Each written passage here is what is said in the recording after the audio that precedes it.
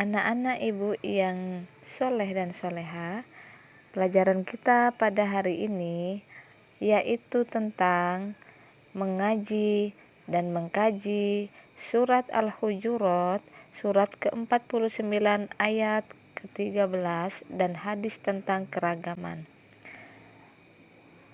Baiklah, marilah kita sama-sama membaca surat Al-Hujurat ayat ke-13.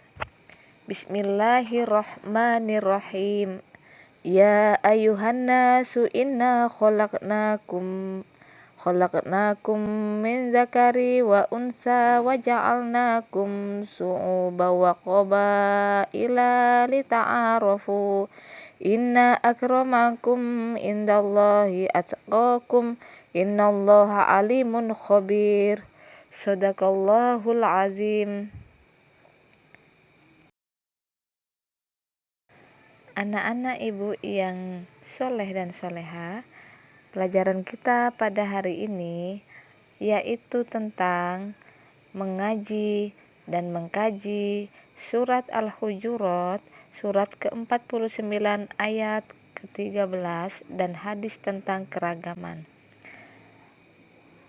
Baiklah, marilah kita sama-sama membaca surat Al-Hujurat ayat ke-13. Bismillahirrahmanirrahim. Ya ayuhan nasu inna khalaqnakum min zakari wa unsa wa ja'alnakum su'uba wa qabaila lita'arafu. Inna akramakum indallahi atqakum. Innallaha alimun khabir. Shadaqallahul azim.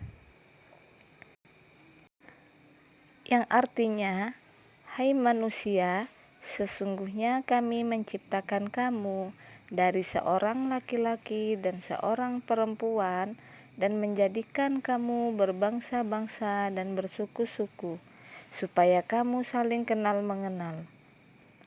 Sesungguhnya orang yang paling mulia di antara kamu di sisi Allah ialah orang yang paling takwa di antara kamu. Sesungguhnya Allah Maha Mengetahui lagi Maha Mengenal.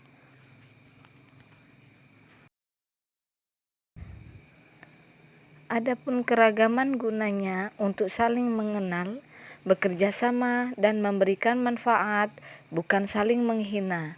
Kedudukan manusia sama di hadapan Allah dan yang membedakannya dari sisi ketakwaan.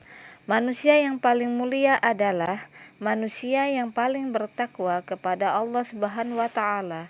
Perkenalan dibutuhkan untuk saling menarik pelajaran dan pengalaman yang menjadi modal meningkatkan ketakwaan kepada Allah Subhanahu wa Ta'ala, sehingga setiap manusia bisa merasakan kedamaian, kesejahteraan duniawi, dan kebahagiaan ukhrawi.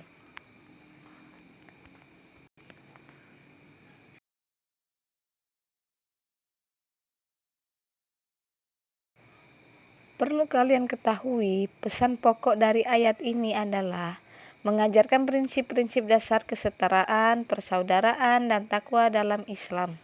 Beberapa pesan yang dapat diambil dari ayat ini adalah: 1. Kesetaraan manusia. Allah Subhanahu wa Ta'ala menciptakan semua manusia dari satu pasangan, yaitu seorang laki-laki dan seorang perempuan. Ini mengingatkan kita bahwa tidak ada superioritas satu bangsa atau suku atas yang lain.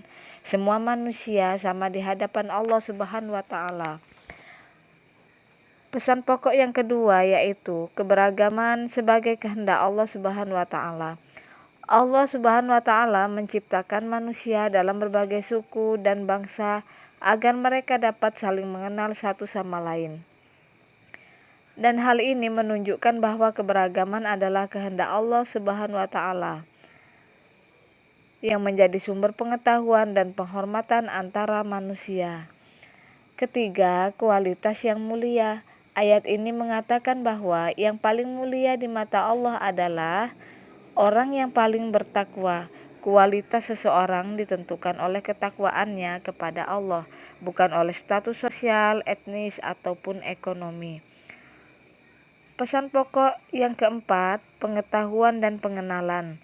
Allah Maha Mengetahui dan Maha Mengenal. Ini mengingatkan kita bahwa Allah memiliki pengetahuan yang sempurna tentang setiap individu dan bahwa manusia harus saling mengenal satu sama lain untuk memahami dan menghormati perbedaan mereka. Pesan pokok yang terakhir yaitu yang kelima, pesan keselarasan sosial. Ayat ini juga menciptakan kesadaran akan tanggung jawab sosial kita untuk hidup berdampingan dalam damai dan harmonis, menghormati hak dan martabat setiap individu. Kualitas yang mulia ayat ini mengatakan bahwa yang paling mulia di mata Allah adalah orang yang paling bertakwa. Seorang yang ditentukan oleh Allah ketakwaannya kepada Allah bukan oleh status sosial, etnis, atau ekonomi. Pengetahuan dan pengenalan Allah Maha Mengetahui dan Maha Mengenal. Ini mengingat kita bahwa Allah memiliki pengetahuan yang sempurna tentang setiap individu dan bahwa manusia harus saling mengenal satu sama lain untuk memahami dan menghormati perbedaan mereka. Pesan keselarasan sosial ayat ini juga menciptakan kesadaran akan tanggung jawab sosial kita untuk hidup berdampingan dalam damai dan harmonis, menghormati hak dan martabat setiap individu.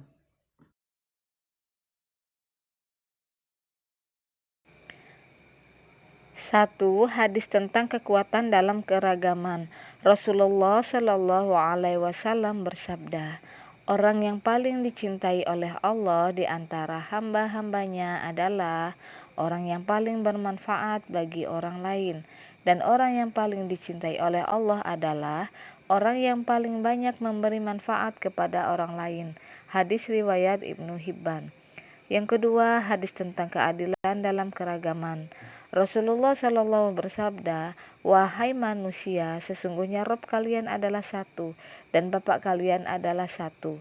Tidak ada keunggulan bagi Arab atas non-Arab, atau bagi non-Arab atas Arab, atau bagi kulit hitam atas kulit putih, atau bagi kulit putih atas kulit hitam, kecuali dalam hal takwa. Hadis riwayat Ahmad. Hadis-hadis ini menegaskan pentingnya menghormati keragaman dalam masyarakat, memperlakukan semua individu dengan adil, dan menjaga persatuan di antara umat Islam. Mereka juga menunjukkan bahwa nilai seseorang tidak didasarkan pada keturunan, ras, atau status sosial, tetapi pada takwa dan amal baiknya.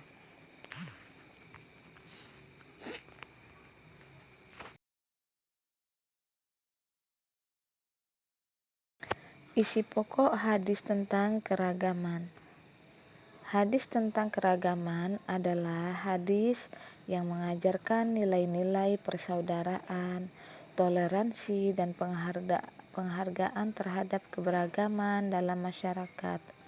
Hadis-hadis ini menekankan pentingnya menghormati dan bekerja sama dengan orang-orang dari berbagai latar belakang, suku, budaya, dan agama. Hadis-hadis ini mengingatkan kita tentang pentingnya menjalin hubungan yang harmonis, menghormati keragaman, dan bekerja sama untuk tujuan kebaikan bersama. Mereka juga menegaskan nilai-nilai seperti persaudaraan, toleransi, kesetaraan, dan penghormatan terhadap hak-hak individu, yang merupakan prinsip penting dalam Islam dan dalam masyarakat yang inklusif dan damai.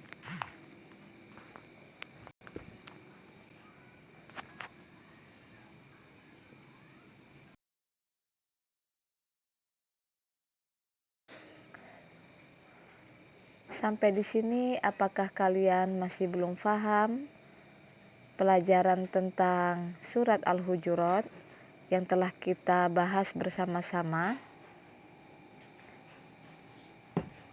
Apabila sudah paham semua, nanti akan Ibu berikan tugas. Ada 5 soal yang akan kalian kerjakan di rumah. Baiklah, untuk menutup pelajaran kita pada hari ini, marilah bersama-sama kita membacakan lafaz hamdalah. Alhamdulillahirabbil alamin. Ibu akhiri, wabillahi taufiq wal hidayah. Wassalamualaikum warahmatullahi wabarakatuh.